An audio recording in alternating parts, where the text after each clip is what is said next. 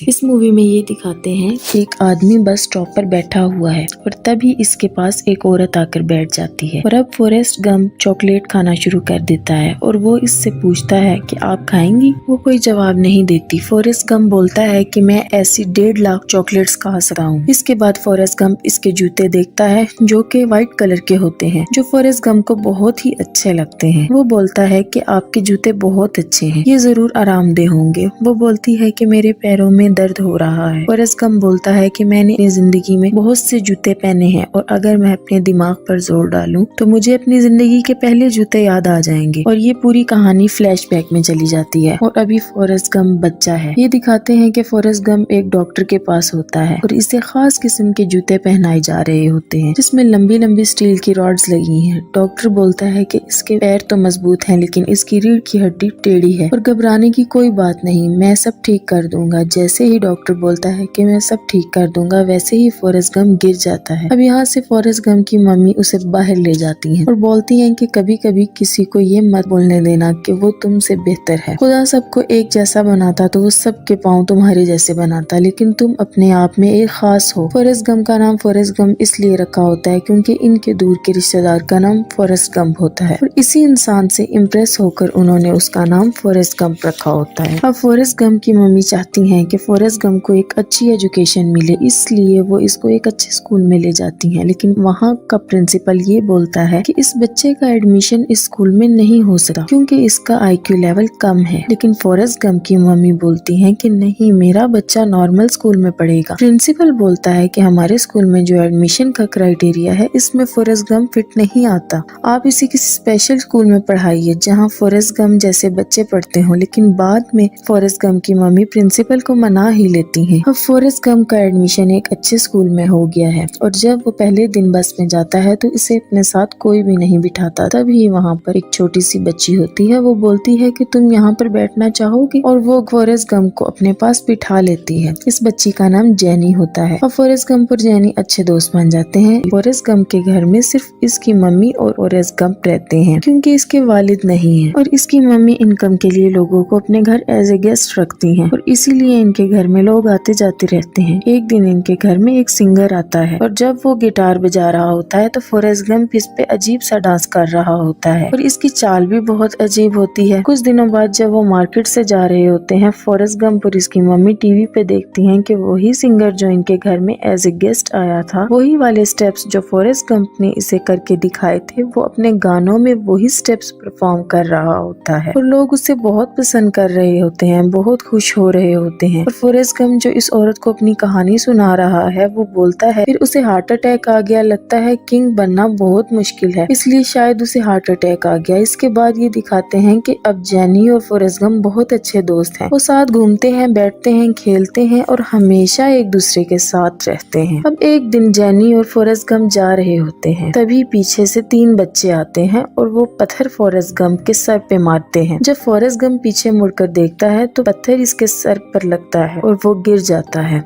वो बच्चे Forrest Gump को बोलते हैं कि तुम बहुत बेवकूफ हो। अब वो इसे और भी पत्थर मार रहे होते हैं। तभी जेनी बोलती है भागो फॉरेस्ट गंप भागो। अब फॉरेस्ट गंप अपनी अजीब सी चाल से जल्दी जल्दी चलना शुरू कर देता है और वो तीनों बच्चे अपनी साइकिल में फॉरेस्ट गंप का पीछा करना शुरू कर देते हैं और जेनी पीछे से बोलती है कि तेज भागो फॉरेस्ट गंप, तेज भागो। और फॉरेस्ट गंप भागना शुरू करता है और वो धीरे धीरे अपनी रफ्तार बढ़ाता है और जो इसके पैर में लोहे की रॉड्स वाले जूते होते हैं वो टूटना शुरू हो जाते हैं और फॉरेस्ट गंप धीरे धीरे अपनी स्पीड बढ़ाता है और वो इतनी तेज भागता है कि वो तीनों बच्चे साइकिल से भी इसका पीछा नहीं कर पाते। और फॉरेस्ट गंप के अंदर भागने की पावर का इसे आज पहली बार पता चलता है, जैसे वो पहली बार भागा हो। इसी के साथ ये भी दिखाते हैं कि जेनी फॉरेस्ट गंप के घर के पास ही रहती है। रात को चुपके से फॉरेस्ट गंप के कमरे में आ जाती है। वो बोलती है कि इसके घर में कुत्ता है जिससे उसे डर लगता है। फॉरेस्ट गंप बोलता है कि वो कुत्ता बहुत ही कमीना कुत्ता है। धीरे धीरे वक्त गुजरता है और अब जेनी और फॉरेस्ट गंप दोनों बड़े हो चुके हैं और अब वही सीन दिखाते हैं जिस सीन में पहली बार उन 3 बच्चों ने फॉरेस्ट गंप को पत्थर मारे थे और भागे थे। अब वो सब बच्चे बड़े हो चुके हैं और आज दोबारा वो फॉरेस्ट गंप को पत्थर मारते हैं, लेकिन इस बार वो जीप पर होते हैं, साइकिल पर नहीं।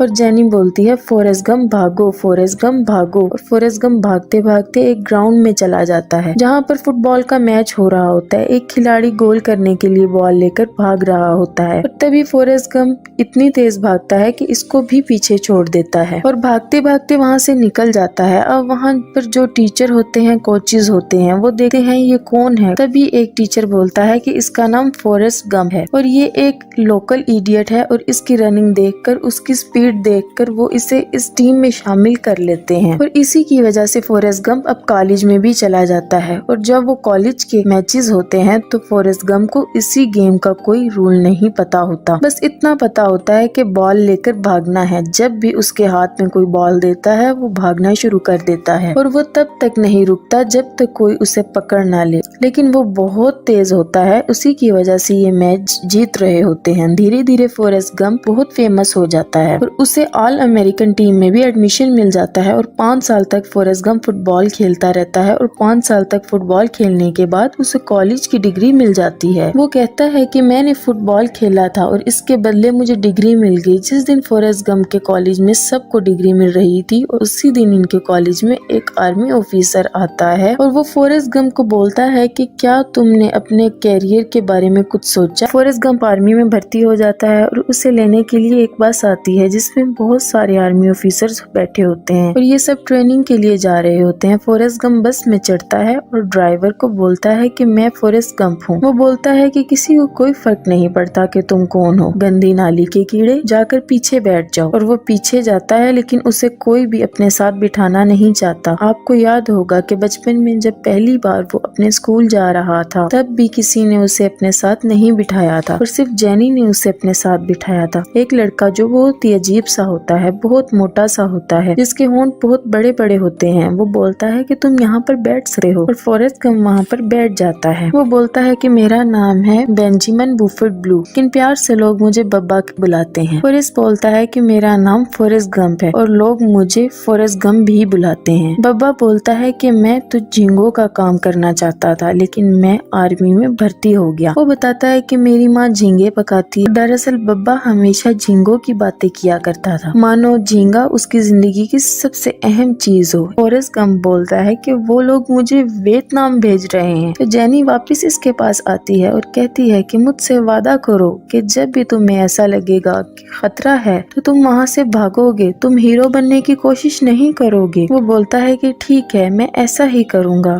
और मैं तुम्हें एक रोज एक लेटर लिखूंगा। और जेनी वहाँ से चली जाती है और अब फॉरेस्ट गंप और बब्बा दोनों वियतनाम पहुँच चुके हैं। वियतनाम में पहुंचकर बब्बा समंदर देखता है और कहता है कि मैं शर्त लगा के कह सकता हूँ कि इसमें समंदर में बहुत से झींगे होंगे और एक बार हम यहाँ पर कब्जा कर लें, इसके बाद हम यहाँ पे झींगे पकड़ने के लिए आएंगे। बब्बा अगर बात करता है तो सिर्फ झींगों के बारे में, इसके अलावा इसके पास और कोई बात नहीं होती। बब्बा फॉरेस्ट गंप को बोलता है कि मेरे पास एक प्लान है कि हम लोग यहाँ से वापस जाने के बाद एक बोट खरीदेंगे और समंदर में बहुत सारी झींगे पकड़ेंगे और हमारी पार्टनरशिप होगी 50-50 की और हमें घर लेने की भी जरूरत नहीं होगी क्योंकि हम बोट पर ही सो सकते हैं और जो झींगे हम पकड़ेंगे इन्हीं खा भी सकते हैं। फॉरेस्ट गंप बोलता है कि ये अच्छा आइडिया है। अब इन्हें यहाँ वियतनाम भी काफी महीने हो चुके हैं और फॉरेस्ट गंप रोज एक ना एक लेटर जेनी को जरूर लिखता है। एक दिन ये जंगल में जा रहे होते हैं तभी इनके ऊपर अटैक हो जाता है।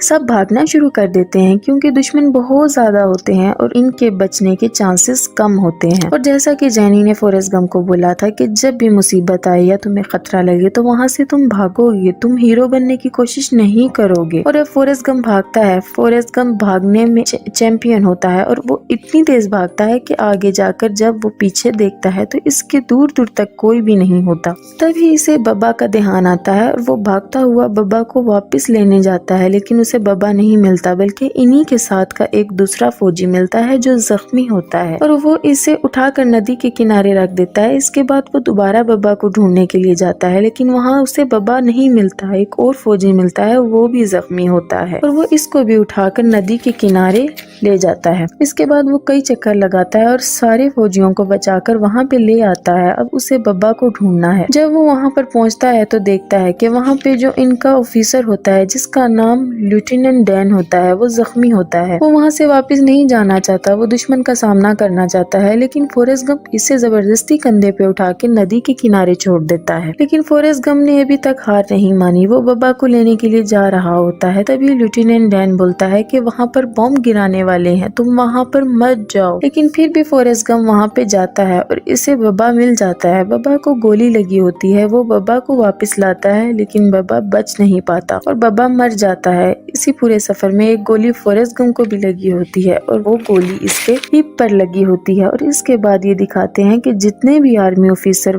थे सब हॉस्पिटल में हैं और सब जख्मी हैं, लेकिन फॉरेस्ट गम वहाँ पे बहुत इंजॉय कर रहा होता है। इसी पीछे एक आर्मी ऑफिसर आता है, वो बोलता है कि तुम्हें मेडल ऑफ ऑनर दिया जाता है क्योंकि तुमने बहुत सारे लोगों की जान बचाई थी। अब ये मेडल इसे प्रेसिडेंट से मिलना है कर पाए। तभी वहाँ दूर से जैनी आती है और बोलती है फॉरेस्ट जैनी को देखकर बहुत खुश होता है। वो स्टेज से कूद कर सीधा जैनी के पास जाता है और इसे गले लगा लेता है। इसके बाद वो देर तक वॉक करते हैं और जैनी उसे अपनी पूरी जर्नी के बारे में बताती है कि उसने क्या क्या किया। वहीं फॉरेस्ट गम भी इसे वियतनाम के बारे में सब कुछ बताता है और फॉरेस्ट गम को मेडल ऑफ ऑनर मिला होता है। वो इसे जैनी को दे देता है। वो बोलता है कि मैंने सिर्फ वही किया जो तुमने कहा। इसके बाद जैनी फॉरेस्ट गम को अपने कुछ दोस्तों से मिलवाती है और इन्हीं दोस्तों में इसका एक खास दोस्त और फॉरेस्ट गम से गले मिलती है और इस आदमी के साथ चली जाती है और एक बार फिर से फॉरेस्ट गम से जैनी दूर हो गई।